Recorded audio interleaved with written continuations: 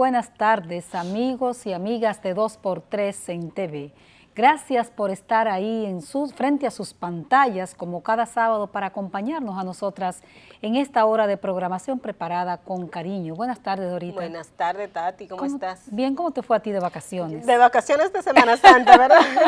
Bueno, después de un merecido descanso, que yo creo que toda la población la aprovecha. Decíamos antes de entrar aquí en la pausa, mientras conversábamos, que vimos mucha gente en la playa, pero también vimos muchas personas en la iglesia. O sea, que parece que en este país todo el mundo esos días lo aprovecha para hacer las cosas que realmente necesita hacer durante el año, ¿verdad? Así es. Yo encuentro una lógica en que la gente tome los días de Semana Santa. Es que no hay otros días. Navidad es 24 y 25, y 24 se trabaja a la mitad. Sí. Pero la lógica de estos días es que si tú duras 6 meses sin ir a ver a tu familia, tú tienes la posibilidad de 3 o 4 días de desconectarte de un medio que te asfixia y de descansar.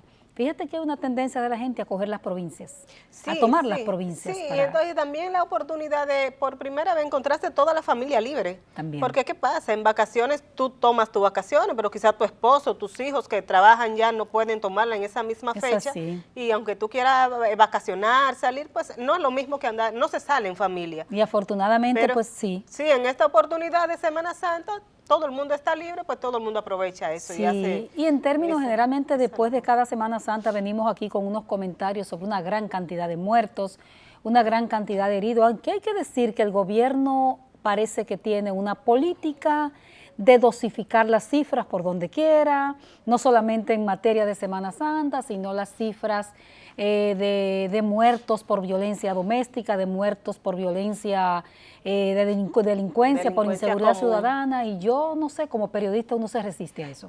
Sabes que no ha convencido mucho. La estrategia utilizada este año, recordemos que todos los días en Semana Santa el COE, la Comisión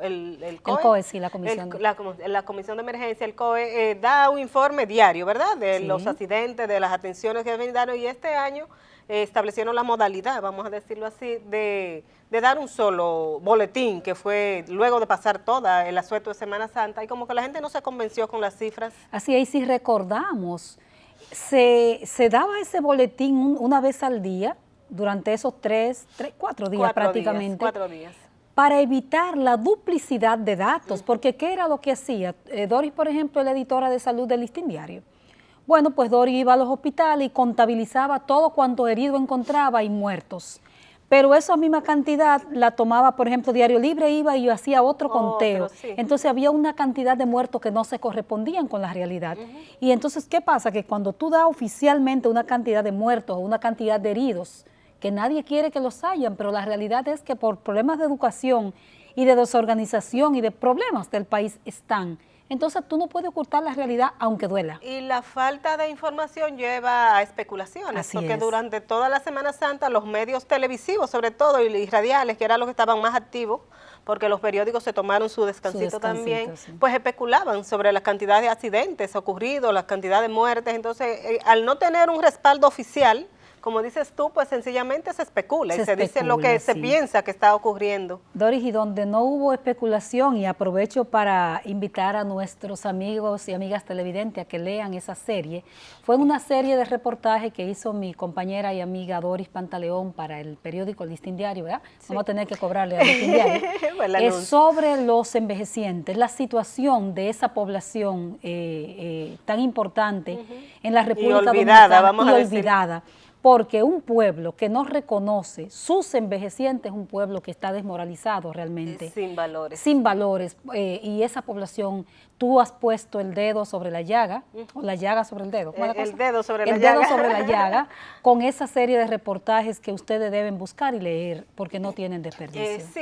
Realmente he tenido mucha retroalimentación de la gente que me ha llamado, que se ha interesado, que le han gustado los puntos que sean tocados.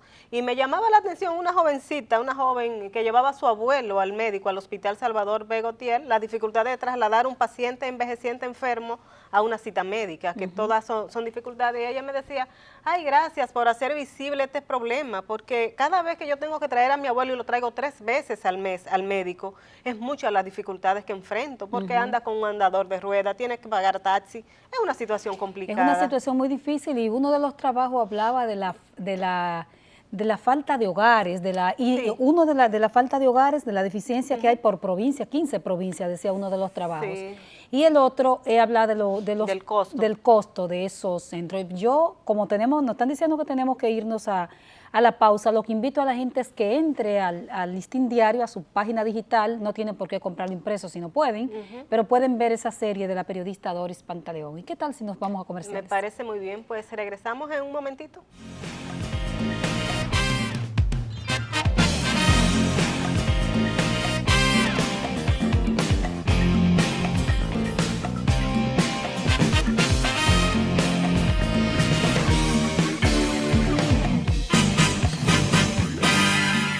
Continuamos en 2x3 en TV y hoy hablaremos de trauma de huesos, porque tenemos con nosotros al doctor Marcelo Puello, ortopeda, quien fue director del Hospital Vinicio Calventi y un especialista con vasta experiencia en esta área. Doctor, bienvenido. Muchas gracias, realmente bendecido por Dios de poder estar aquí compartiendo el escenario con ustedes.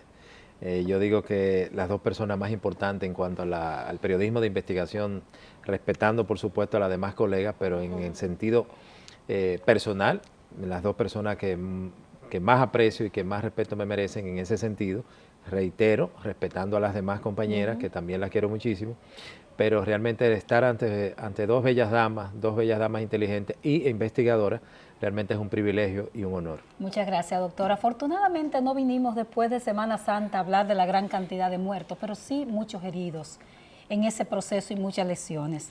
Doctor, ¿cuáles son las lecciones más importantes en un país que es casi el segundo en accidentes de tránsito en el mundo? Mira, básicamente las principales lesiones que ocurren durante las festividades de Semana Santa, la mayor cantidad de personas que llevan a buscar asistencia y que se le da asistencia, generalmente no son por los accidentes de tránsito como se cree. Hay lesiones que son traumáticas, como son las quemaduras por la exposición a los rayos solares y sobre todo porque muchas veces van atadas de la mano de la ingesta de alcohol, se duermen exponiéndose al sol y vienen las quemaduras. ¿También es un trauma eso, doctor? Eso es trauma. Pero no se cuantifica porque no vende la noticia como los accidentes de tránsito. Ahora bien, en cuanto ya a la parte de los accidentes... O tal vez no se reportan mucho, doctor. Bueno, se reportan porque se llevan a las estadísticas, pero no se reportan la parte de vender la noticia, de exponer la noticia, porque no esa parte, no digamos, como que no vende. Lo que se va detrás de los muertos, lamentablemente, y generalmente los muertos vienen atados de los accidentes de tránsito, por el asunto del abuso del alcohol, el abuso del no respeto a las disposiciones y a las leyes y sobre todo al autocuidado. Eso es lo que más llama la noticia. Pero realmente lo que yo no tengo claro en este momento es cuanto a la cantidad real que se reportó o no se reportó, pero sí veo que cada año, por lo menos lo que se busca es la prevención, los programas de prevención a través de la Defensa Civil, del Ministerio de Salud Pública, del Ministerio de Obras Públicas, que ha hecho un trabajo o le ha robado el protagonismo en ese sentido al Ministerio de Salud en cuanto a la prevención a nivel de las carreteras y de las grandes autopistas y sobre todo la parte asistencial. No tan solo en salud, sino también en seguridad vial. Sí, es un buen programa realmente. Es un programa que realmente está rindiendo sus éxitos y entonces se cuantifica dentro de lo que es el resultado de Defensa Civil y el COE, porque esa asistencia permite que haya menos accidentes de tránsito. Entonces, doctor, aparte de los accidentes, de los traumas, vamos a decir así, por accidentes de tránsito, podemos cuantificar entonces traumas por caídas, reportaban este año caídas de niños en piscina, entonces Sí, eso, claro. ¿qué diferencia podemos nosotros marcar entre un trauma provocado por un accidente de tránsito y uno por una caída de un niño en una piscina o de alguien que está en la playa y se cae? Mira, generalmente las caídas en los niños no van a producir grandes lesiones, salvo que tengan alguna lesión a nivel craneal. A los niños generalmente se rompen los codos, muy raras veces se puede romper la muñeca. Sin embargo, una caída de un adulto mayor sí va a ocasionar un problema más grande, porque se puede romper la cadera y ya eso conlleva ingreso. Y eso sí complica, ¿verdad? Y eso conlleva cirugía, inclusive puede tardíamente te estoy hablando de 3, 4 semanas a 3 meses, que el paciente se caiga, se opere y pueda morir. Y el detonante ha sido la fractura de la cadera producto de una caída, que no necesariamente tenga que ser producida por un accidente de tránsito. Los niños generalmente en las piscinas se caen, son lesiones menores, pero si es como te decía, cuando lo llevas al adulto sí pueden ocurrir cosas peores. Y un niño en una motocicleta, doctor, ¿tiene unos riesgos fuertes? El riesgo en las caídas de motocicletas generalmente son graves y pueden conllevar la muerte, porque recuérdate que el niño va cargado en las manos de un adulto, y generalmente el adulto con el accidente, aunque trata de proteger al bebé, al niño, pero se le va a ir de las manos y entonces los traumas son generalmente fatales por los traumatismos cráneoencefálicos que pueden ocurrir. Cuando era director el doctor Héctor Quesada del Darío Contreras, recuerdo una serie de trabajos que hice sobre las lesiones, a propósito de la pregunta de Dori, de los niños aquí en los tobillos cuando iban montados en el medio de la motocicleta. Sí, generalmente fracturas expuestas, sobre todo por la anatomía de la pierna y sobre todo porque entonces se caían y el motor le caía encima. Y en algunas ocasiones entonces se raspaban porque se arrastraban. Perfecto. Y esas son las lesiones que más frecuentemente se pueden ver en ese tipo de cosas. Doctor, ¿cuál es? Perdóneme. Cuando es porque lo atropella un vehículo, dependiendo la estatura y la edad del niño, van a ocurrir las lesiones. Dependiendo de la estatura, pueden ocurrir traumas cráneoencefálicos, traumas a nivel de tóraco abdominal, que generalmente pueden ser fatales, traumatismo a nivel de la cintura pélvica y generalmente ya los miembros inferiores. Pero generalmente el niño van en ese nivel por la edad y la altura, sobre todo cuando son atropellados. Cuando son adultos, generalmente lo que sufren son las piernas, los miembros inferiores, cadera, fémur y las piernas, tibia y peroné.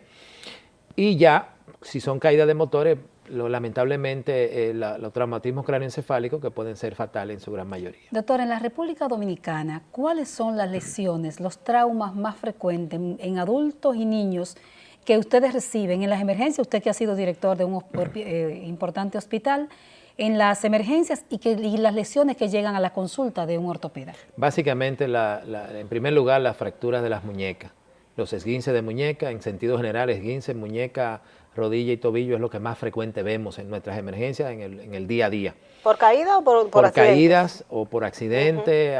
Te estoy hablando de caídas hasta de bajar por una escalera. Perfecto. O bajar de la acera. Los esguinces en sentido general. Cuando ocurren las fracturas, en ese mismo orden, fracturas de muñeca, fracturas de tobillo generalmente por desplazamiento en zonas deportivas, en actividades deportivas. Ya cuando ocurren caídas de motor, entonces ya vienen las fracturas expuestas de tibia y peroné, que son el dolor de cabeza y lo que más consume en cuanto a costo económico en el sector salud. Y eso va a ir aumentando de acuerdo a la velocidad y la envergadura del accidente. Se va a convertir ya entonces en las fracturas de fémur, las fracturas de cadera y las fracturas de los miembros. Las fatales, generalmente, los traumatismos cráneoencefálicos, las lesiones medulares y los traumatismos tóraco-abdominales, los traumatismos tóraco-abdominales cerrados, que pueden conllevar a la pérdida de la vida de estos pacientes. Y ya en la consulta, ya de manera no de emergencia, ¿qué ustedes reciben? En la consulta, doctor? lo que recibimos básicamente el día a día son los esguinces. Básicamente esguince de tobillo. Esguince es como una torcedura, que la gente tuerce el pie. El esguince es generalmente que por una pisada inapropiada va a conllevar a que los ligamentos que están alrededor de esas articulaciones, tobillo, rodilla, muñeca, vayan un poquito más allá de su capacidad elástica y entonces se produzca una entorsis donde no hay lesión del ligamento, pero sí se inflama, no hay ruptura, y eso se va a convertir en un esguince grado 1. Es forzar el pie, eso, Exacto. doctor. Y cuando hay ruptura parcial de ese ligamento, va a producir lo que se llama un esguince grado 2, que es cuando vemos que se dematiza y puede haber un moteado, que es porque ha sangrado, porque se rompieron fibras de ese ligamento. Y cuando ocurre ya que se rompe totalmente, él es el esguince grado 3, que es el de mayor envergadura, y generalmente cuando ocurren a nivel de la articulación de la rodilla, se rompe el ligamento cruzado o alguno de los ligamentos colaterales, tanto medial o lateral, eso conlleva cirugía. Sobre todo en los adultos jóvenes o los adultos que practican algún deporte que generalmente hay que llevar a cirugía y se le hacen procedimientos tipo artroscópicos o abiertos para poder restablecer la anatomía y que la persona pueda caminar sin molestia, con buena estabilidad, y si practica algún deporte que pueda volver a su actividad deportiva sin Doctor, problema. con frecuencia vemos una persona una mala pisada, como dice usted, en el momento no siente nada, sigue caminando, sigue haciendo sus actividades y después de 1 o 2 días empieza el dolor. Ese es el tipo 1. Generalmente en el tipo 1 se maneja con frío, o sea, se le coloca hielo, compresas frías las primeras 24 horas, un antiinflamatorio no esteroideo durante 1 o 2 semanas, dependiendo el umbral del dolor que maneja el paciente, y muchas veces ni siquiera se le pone inmovilización, pero ya en el grado 2 inmediatamente hay que inmovilizar, ya sea con una férula, una tobillera o con un yeso circular, dependiendo el umbral del dolor del paciente y la capacidad mental del paciente de que entienda que debe estar en reposo, si no usted le pone un yeso inmediatamente y ya usted garantiza que no va a movilizar la articulación, y en 2 a 3 semanas el paciente se le retira el yeso y ya empieza un proceso de rehabilitación para volver a tener su articulación de manera normal. Las lesiones cráneoencefálicas, doctor, ¿qué lugar ocupan en este montón de accidentes de tránsito, de lesiones permanentes que tienen los dominicanos en su accionar? ¿Qué lugar ocupan y si nos pueden llevar, si son las que pueden llevar a un paciente a la unidad de cuidados intensivos? Es la principal causa de muerte, lamentablemente, en nuestro país, los traumatismos cráneoencefálicos, ya sea por accidente en vehículos de 2 ruedas, los motores, o en vehículos de 4 ruedas. Los traumatismos cráneoencefálicos son la principal causa de muerte en este momento, y en su gran mayoría los pacientes que pueden salvarse y que han tenido un hematoma, ya sea sudural o epidural, tienen que ser llevados a cirugía, hay que evacuar el hematoma, generalmente van a quedar con secuelas permanentes o en algunos casos, o siempre, van a conllevar tratamiento por larga vida para evitar las convulsiones, porque van a tener ya una cicatriz a nivel cerebral y eso produce trastornos que en algunos casos pueden ser trastornos tipo epilépticos, producto de esas lesiones. ¿Esa es la que te puede dejar parapléjico o hemipléjico? Cuando se puede ocurrir ese tipo de lesiones porque ya hay una lesión medular. Okay. Mientras más alta sea la lesión a nivel medular, ya sea a nivel de la columna cervical, puede quedar parapléjico, que es que no puede mover ninguno de los 4 miembros, y dependiendo el nivel, si es muy alto, puede llegar hasta niveles sensitivos donde se puede afectar lo que son la parte de los músculos respiratorios y lo que tiene que ver con la parte de descarga eléctrica del ritmo cardíaco, y entonces va a conllevar a la muerte.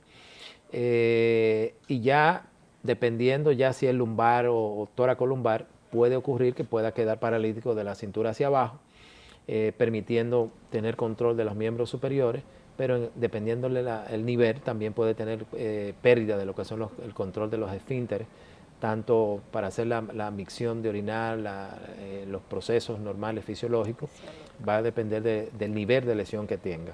Esas son ya secuelas permanentes, lamentablemente, que generan un cambio de vida para toda la vida del afectado, pero también del entorno familiar. Y cuando esa es la cabeza de la familia, imagínense el problema económico que le ocurre a esa familia. Doctor, y es una carga. Sí, perdón, doctor. ¿Y una caída de sus pies puede conllevar a un trauma craneal? ¿Ustedes reciben casos también de esa naturaleza? Sí, porque a veces nada más nos enfocamos quizás en Mira, accidentes de tránsito. lamentablemente puede ocurrir, inclusive pueden ocurrir inclusive y ocurren bastante, no con mucha frecuencia, pero ocurren caídas en los baños al momento de estar aseándose.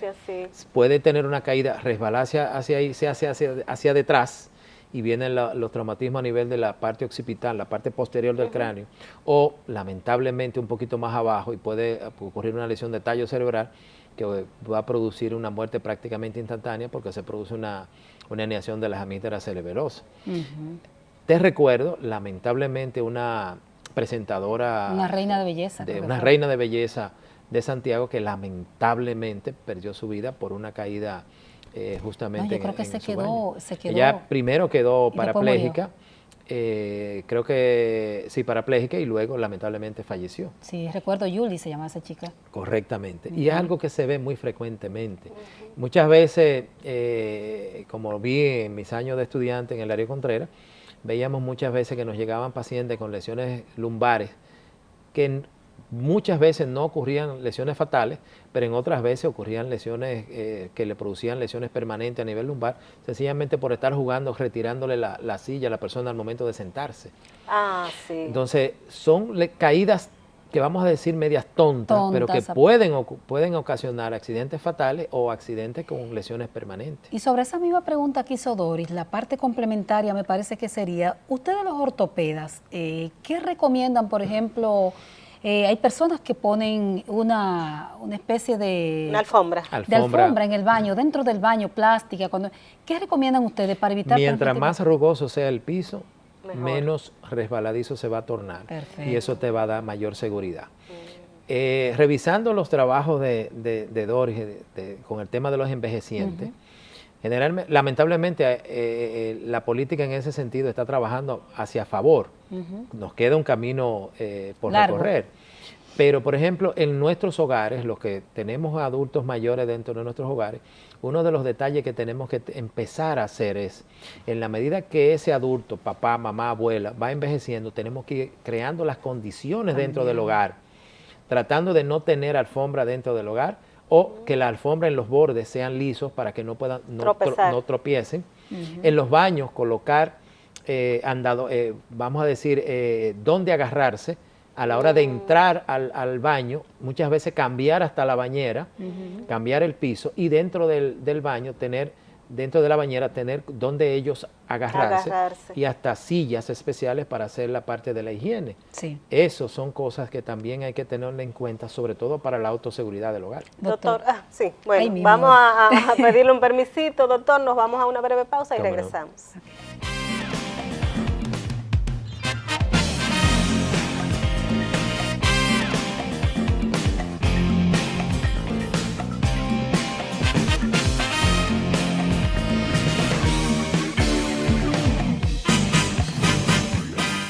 Gracias por continuar con el desarrollo de 2x3 en TV y continuamos esta conversación que, bueno, yo le pido que no se vaya de ahí ni siquiera a buscar un café para que siga con ella, con el doctor Marcelo Puello, ortopeda afamado en la República Dominicana y en quien sus pacientes tienen una fe enorme. Quien va a la consulta del doctor te dice que es buenazo. Doctor, sobre este importante tema de las lesiones en los huesos, de las lesiones más frecuentes en la República Dominicana, a propósito del tema que acaba de abordar Doris, la serie de reportajes sobre esa población envejeciente, después que se pasa a los 65 años, la gente comienza a dolerle los huesos en este país, yo no sé si en todas partes. ¿Qué es lo que pasa? Es que los huesos duelen, la gente dice, tengo mucho dolor en los huesos, o tengo osteoporosis. ¿Qué es lo que sucede? Mira, básicamente dentro de las articulaciones tenemos lo que son el cartílago articular. Y el cartílago articular, para que pueda entenderlo, vamos a decir que es la llanta, la goma de los vehículos. Al momento de que tenemos el carro nuevo, tenemos llantas, tenemos gomas que son nuevas. No duele nada. No duele, no le suena nada al vehículo. Suena nada. En la medida que empezamos a utilizarlo y empezamos a utilizar nuestro cuerpo y empezamos a deambular, primero a gatear, luego a caminar, luego a correr, empezamos a utilizar ese cartílago articular. No tenemos células que regeneren cartílago articular, o sea que nacemos con la cantidad de células de cartílago articular para toda la vida. ¿Cómo va a ser y qué fue? Y el que vamos dejando durante el trajinar de la vida no hay manera de restituirlo. Entonces, ahí es que empieza, cuando empieza a desgastarse el cartílago, que ya él de por sí es aneural y no tiene irrigación sanguínea. Su nutrición viene a través del líquido sinovial. Entonces, como no tiene inervación nerviosa, no duele. Pero una vez que esa capa de cartílago va disminuyendo por el envejecimiento normal de la articulación. ¿A partir de los 60, doctor? ¿A partir de qué año más? Todo va a depender del peso, va a depender del peso del paciente, va a depender de la actividad física que haga el paciente, va a tener dolor antes o mucho más tarde. Ah, perfecto. Ahora bien. Pero el dolor viene. El dolor va a llegar. En algún momento. En algún momento. Yo tengo una conferencia de dolor, de manejo de dolor, que siempre termino diciendo, el que no ha tenido dolor, que tenga paciencia, que lo va a tener. Entonces, eso es lo que va pasando. A medida que va disminuyendo ese cartílago, deja la parte del hueso subcondral expuesta, que sí tiene inervación nerviosa, normalmente sensitiva, y ahí vienen los problemas de dolor. Perfecto. Con relación a la otra que menciona de la osteoporosis, primero es osteopenia, luego osteoporosis. Eso no es más que la desmineralización del tejido óseo de acuerdo a la edad, generalmente en la menopausia de la mujer o en la andropausia del hombre, y en algunos casos de personas jóvenes puede ocurrir primero, cuando por alguna razón hay que inmovilizar un miembro, como no utiliza el miembro por la inmovilización, puede tener una osteoporosis por desuso. Por desuso. Y en el caso de las personas jóvenes que han tenido alguna cirugía, sobre todo las mujeres, cirugía donde no se preservan sus ovarios, entonces entra en una menopausia precoz y entonces empieza un proceso de desmineralización que va a ocurrir primero en una osteopenia y luego en una osteoporosis. Ninguna de las dos producen sintomatología dolorosa, como la gente dice usualmente. Tengo osteoporosis y me duele. Sí, exacto. Lo que produce el dolor en los casos de pacientes con osteoporosis generalmente va a ocurrir a nivel de la columna dorso-lumbar. ¿Esa es aquí, doctor? ¿Por aquí? Esa es la lumbar, más arriba es la dorsal. Generalmente van a ocurrir microfracturas a nivel de esos cuerpos vertebrales, que en algunos casos, si usted ve fotos de personas, va a decir, pero mira, en esta edad ella era más alta, pero por el envejecimiento normal y la microfractura se va disminuyendo la columna, y eso es lo que produce dolor en algunos pacientes, ya sea adulto, sea masculino o femenino, y entonces sí produce dolor, pero es por la microfractura. La otra causa de dolor que puede pasar por osteoporosis son las fracturas de las muñecas, sobre todo las mujeres que tienen una caída tonta en la casa, meten el tren de aterrizaje, que son las manos, y pueden en menor edad, o en la edad nuestra, sería un esguince. Pero cuando la paciente o el paciente tiene una osteoporosis, en vez de convertirse en un esguince, lo que hace es una fractura. Una fractura. Te hago el paréntesis de que los niños no hacen esguince. Los niños no se luxan o hacen esguince, y los adultos no se luxan, los adultos se fracturan. Se fracturan. Porque han perdido esa elasticidad de la cápsula, la han perdido. Entonces, eso es lo que ocurre con relación a la osteoporosis. Doctor, ¿y cómo manejar el dolor? No solo de la osteoporosis, sino ese dolor ya que viene con la edad, con este desgaste cartilagar. La primera línea de tratamiento para ese tipo de dolor son los antiinflamatorios no esteroideos. ¿Qué es no esteroideo? Todo va a depender de cuál sea el diagnóstico. Generalmente se empieza con paracetamol, que es el acetaminofén, que es un analgésico antipiréctico, que no tiene potencia antiinflamatoria.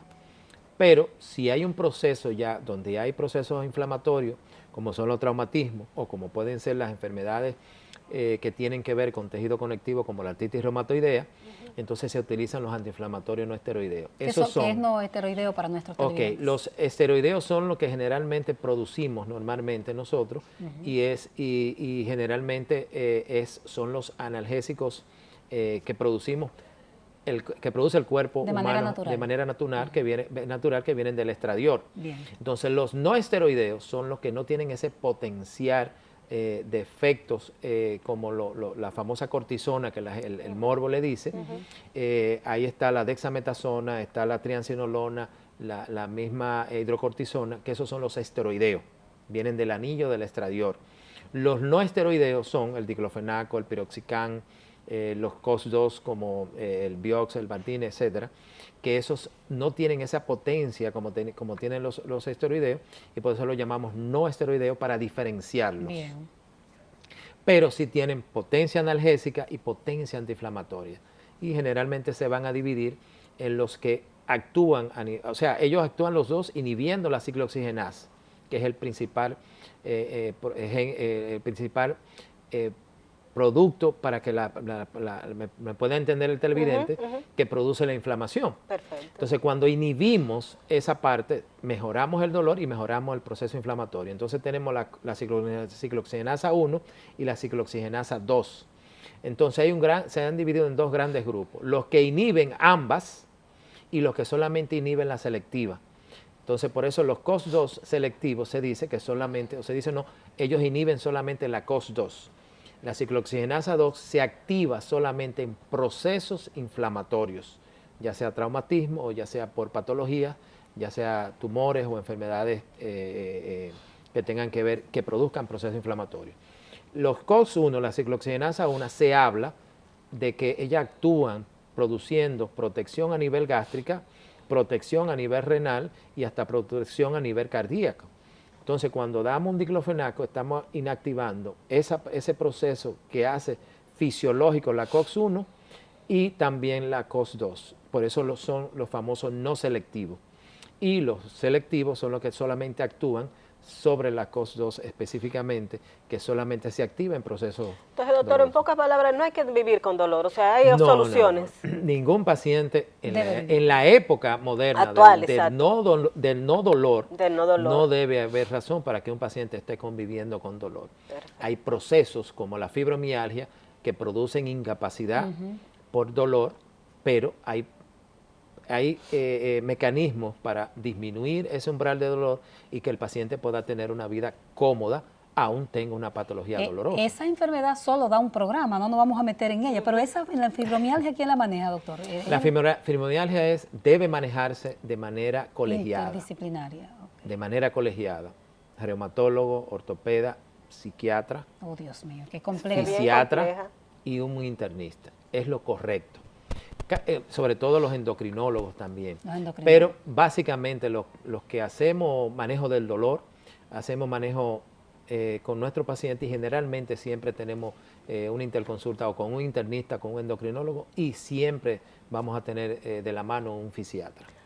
Pero cualquiera de esos especialistas puede manejarlo. Doctor, uno de los lugares, es el término correcto, donde generalmente hay problemas. Si usted hace ejercicio, si no hace. El brazo, la bursitis. Es el brazo, la llamada bursitis que casi todos hemos tenido.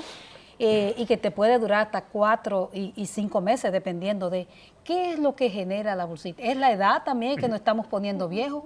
¿Qué es lo que se hace con ella? ¿Quién la debe tratar?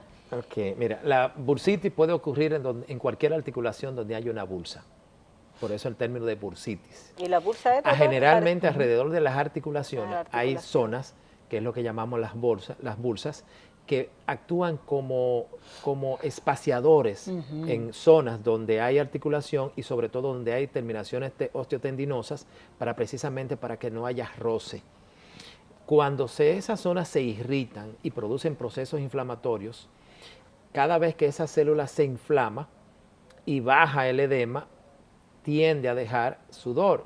O sea, lo que nosotros sudamos, también la célula hace esa misma parte, pero lo hace internamente. Entonces eso generalmente es rico en sodio y en potasio y forma una piedra generalmente cálcica, y muchas veces eso va aumentando en tamaño de acuerdo a las repeticiones de esa irritación, que puede ocurrir tanto en la cadera como en el hombro, que son los lugares donde más duele, y la de peor manejo es la del hombro. La del hombro. Entonces ocurre esas calcificaciones que van a terminar con tratamiento conservador, que es con tratamiento bioral y fisiatría, tratamiento un poquito más invasivo, que es la colocación de esteroides de depósito para analgesia como la cortisona, por ejemplo, de larga duración, y muchas veces va a conllevar a cirugías, que muchas veces son cirugías artroscópicas, para limpiar la articulación y sacar esa piedra que está dentro de ese zapato, vamos a decir. La gente lo atribuye, doctor, a carga pesada. La mujer que carga mucho la Nosotros nos cadera. acusan de eso. Generalmente pinzamiento de la articulación del hombro. Generalmente la mujer se peina mucho, en esa posición la articulación hace eso, pega en el acromion y entonces produce irritación de ese grupo muscular, de ese grupo osteomuscular que es el famoso manguito de los rotadores. Sí. Generalmente los atletas que utilizan mucho el hombro, los lanzadores de béisbol, no hay nada más antifisiológico que lanzar una pelota. Y eso va a producir lesiones a nivel del manguito, que generalmente empieza con tendinitis, pasan por una bursita y terminan rompiéndose. No sé por qué, pero generalmente el dolor siempre empieza en la madrugada. ¿Qué cosa tan El grande? paciente dice, doctor, estoy desde las 3 de la mañana sin dormir. Despierto, ¿Qué ¿eh? cosa tan grande? Y es uno de los procesos donde nosotros como ortopedas de la parte clínica somos más conservadores y más acuiciosos, porque el no manejo adecuado del médico o del paciente puede conllevar a una patología que uno no quiere nunca tratar, que es el hombro congelado. Hombro congelado. No hay nada que duela más que un hombro congelado. ¿Qué es eso? O sea, después doctor? que pasa por este otro proceso, puede caer ahí, en hombro Si congelado. no hace un tratamiento Si no hace el adecuado tratamiento. y no A se mí cuida me el duele nada más paciente. de que usted hable de eso, porque yo me imagino Mira, el lo que hombro debe ser. congelado es cualquier patología que conlleve que tú tengas que inmovilizar el hombro, no tiene que tratar de no hacerlo más allá de las 3 semanas, incluyendo las fracturas. ¿Y qué puede ocurrir? ¿Por qué? Porque de usted tener el hombro inmovilizado más allá de las 3 semanas,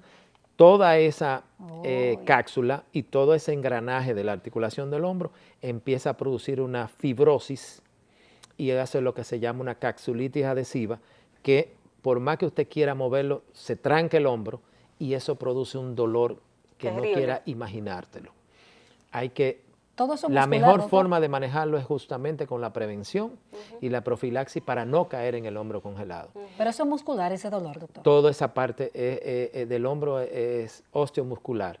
O sea, produce un dolor que tú no te imaginas de dónde que sale, pero es un dolor bastante fuerte. ¿Pero el peso sí influye o no, doctor? El peso, Ok. el manejo inadecuado de la articulación, generalmente las mujeres que manejan, que siempre están buscando algo detrás, en esa posición, en esa posición la articulación rosa y produce... Lo de la cartera es muy importante porque a todas, es verdad que a todas las mujeres nos acusan de que por eso es que andan con el hombro, o sea, ciertamente tiene un peso. Se le Bueno, pregunta por la población yo sé de femenina. amigas que no andan con cartera, andan con árgana. Sí, echan cosas y cosas y cosas en la cartera, sí. Tengo un profesor venezolano que me decía, en una cartera de una mujer puede aparecer cualquier cosa. Cualquier cosa, sí. Entonces, doctor, los cuidados específicos que debemos tener para evitar esto. Bueno, el no dolor de cargar los hombros. objetos, tantos objetos pesados. Muchas veces es mejor pararse, salir del vehículo y buscar lo que vas a buscar detrás y no tener frente, que no hiperextender la Perfecto. articulación. Muchas veces no dormir sobre el hombro tanto tiempo. Generalmente la utilización de las manos por encima de la cabeza durante largo rato, eso te va a producir procesos inflamatorios a nivel del hombro que pueden conllevar a bursitis, ¿Y pueden los conllevar gimnasios, a doctor? tendinitis. A veces no hay un entrenador que sepa mucho y entonces... Eso es un tema, qué bueno que lo traes a colación. Como estamos en la época del fitness o de los ejercicios, muchas veces la mayoría va a los gimnasios y empieza a hacer, sobre todo los muchachos en edad jóvenes, empiezan a hacer ejercicio Demasiado. con pesas sin una supervisión adecuada y ahí vienen las lesiones. Generalmente lo que principalmente se lesionan son la espalda baja, los hombros y por ahí vienen también las articulaciones, sobre todo de las rodillas por el cargo de peso de manera inadecuada. Doctor, vamos a pedirle un permisito, nos vamos a la segunda pausa comercial y regresamos en breve con el último segmento de la tarde.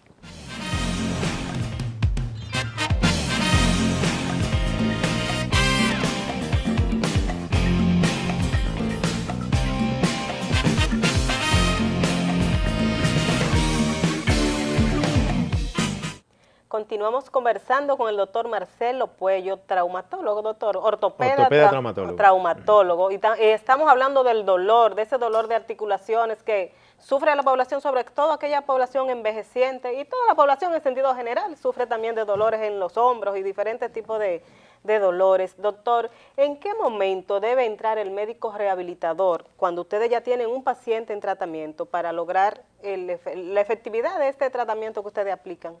Mira, todo tratamiento desde el punto de vista conservador o quirúrgico, siempre debe terminar en las manos de un médico fisiatra, de un médico rehabilitador. Todo ortopeda tiene que tener bajo su manga un rehabilitador. En el caso mío, que hago procedimientos de reemplazos articulares, básicamente prótesis cadera, rodilla o de hombro, y en los procesos de fracturas de huesos largos que tienen que ver con el paciente al finalizar o usted no le da de alta sin antes enviarlo y tenerlo de la mano de un buen equipo de médicos rehabilitadores. Qué bien. Y gracias a Dios en nuestro país cada día la unificación entre el médico ortopeda con la parte de los médicos fisiatras está más de la mano, porque nos permite trabajar más en equipo. Se ha reconocido esa labor. Es que es sumamente necesaria. Pacientes que van, por ejemplo, por patologías dolorosas a nivel de la columna, que no necesariamente tienen que llegar a cirugía, usted siempre le hace su tratamiento clínico, pero termina combinándolo con la medicina de rehabilitación, que es una parte importante. Y en la parte, por ejemplo, en las prótesis cuando hago prótesis de rodilla, generalmente el paciente, yo lo paro a las 24 horas, pero ya al tercer día está de camino. Cuando yo le doy de alta de la clínica es para que vaya a donde mi equipo de rehabilitadores. Y en ese sentido también pasa con las caderas, así mismo pasa con la parte de hombro. Con frecuencia, doctor, antes, usted hace avanzado, pero veía a unas personas que se fracturaban una pierna, duraban un mes enyesado y terminaban toda su vida cojos, o sea, con problemas de movilidad. Ya eso se ha reducido. Porque solamente se atendía la parte de tratar la fractura y se olvidaban de la parte de la rehabilitación. Nuestro objetivo no es tan solo la consolidación de la fractura, sino de preservar la movilidad, preservar la biomecánica articular y que el paciente pueda volver de nuevo a su actividad física como lo hacía antes del accidente. Ahí es que juega y el esa papel. es la parte más importante, es parte de, yo te diría que es el 50% del éxito de cualquier procedimiento, es la parte de la medicina preventiva. O sea, en lo personal que trabajamos en equipo, ninguno de nuestros pacientes sale sin antes pasar por la mano del médico, de los médicos fisiatras. ¿Nuestros hospitales, doctor? En ese sentido, y escúchame, hay partes, por ejemplo, de cirugías en que el paciente no puede ir a donde el rehabilitador y ellos van a la casa, lo entrenan de cómo, sobre todo cuando hacemos prótesis de cadera, los entrenan de cómo asearlo, los entrenan de cómo sentarse, cómo pararse, cómo empezar a deambular, cómo tiene que ir al baño a hacer sus necesidades. Eso es parte del médico rehabilitador. Tratamiento integral. Exacto. Y en ese sentido, te permito que me permitas mencionar al doctor Arturo Saviñón, a Yadilka y a Socorro, que son más o menos las que trabajan con nosotros, y en ese sentido es la parte más bella de cuando nosotros pasamos el paciente de nosotros esa parte. Sí. En nuestros hospitales, en los hospitales grandes de trauma, como el NEI Área, el Hospital Darío Contreras, la Plaza de la Salud, tienen unidades de rehabilitación que trabajan inmediatamente cuando el paciente sale de quirófano. Y que toman seguro, doctor, en esos centros. Bueno que en la gran mayoría se toma seguro. Y, por ejemplo, en los hospitales generales tienen unidades de medicina de rehabilitación, porque no tan solo es la parte de trauma. También los pacientes de cirugía estética tienen que ir a fisiatría.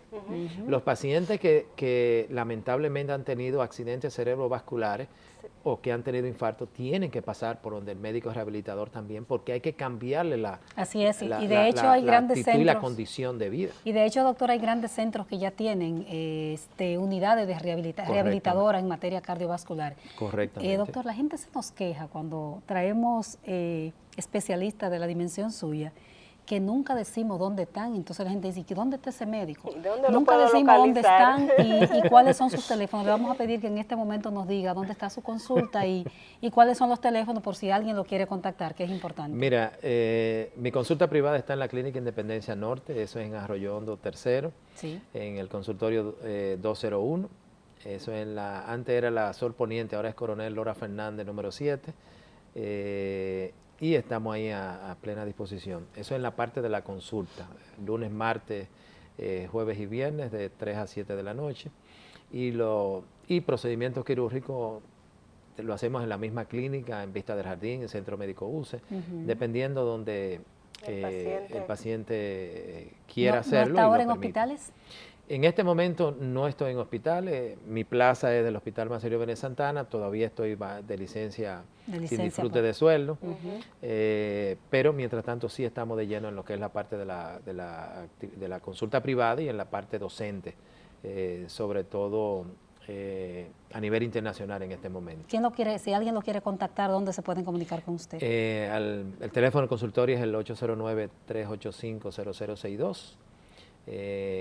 En horas de la mañana o en la tarde, la secretaria está ahí, pero generalmente consultamos en la tarde. Doctor, por orden de llegada. ¿Qué labor está haciendo usted a nivel internacional? Que sé que está dando unas capacitaciones a especialistas. Bueno, en este momento trabajo con la compañía Surgivar de Valencia, España. Es una compañía que produce material de osteosíntesis. Esos son los clavos, los tornillos. Y en este caso, en la parte que me corresponde, es la parte de las prótesis de cadera y las prótesis de rodilla de la marca Surgivar. En este caso estoy contratado por ellos para el entrenamiento de lo que es la cirugía de cadera y rodilla en Sudamérica. Hasta ahora hemos ido a Ecuador, El Salvador, Venezuela. Ahora la semana que viene vamos a Guatemala. La semana anterior estuvimos en El Salvador. Ahora vamos a dar un entrenamiento de 4 días en Ciudad de Guatemala. Vamos a presentar las rodillas de Surgivar, que es la Genutep. En agosto presento en el Congreso Latinoamericano de Cadera y Rodilla, presento la experiencia con la prótesis, o mi experiencia de 8 años utilizando la prótesis en Santo Domingo, sobre todo a nivel hospitalario y privado. La primera etapa lo hicimos en el Hospital Marcelino Benet Santana, donde inclusive ya hemos presentado varios trabajos internacionales con relación al resultado de la prótesis y del servicio de ortopedia del Hospital Marcelino Benet Santana. Y mientras estuve como director en el Hospital Calventi, los sábados hacía procedimientos quirúrgicos y que son parte de las estadísticas, o sea que también hay estadísticas del Hospital Vinicio Calventi de los procedimientos que hicimos. Eso es lo que más o menos estamos haciendo en este momento. Perfecto. Bueno, doctor. Ya el tiempo se nos terminó, quedó pendiente lo de los costos, que la gente siempre le interesa, pero lo vamos a invitar de nuevo, doctor. Cuando quieran, para mí, vuelvo y les reitero, es un privilegio, un honor. Bueno, para poder nosotras conversar igual. con ustedes. Para nosotras igual. Doctor, muchísimas gracias y a ustedes gracias por su tiempo en este programa 2x3. Nos vemos el próximo sábado. Esperamos hayan disfrutado de esta entrega.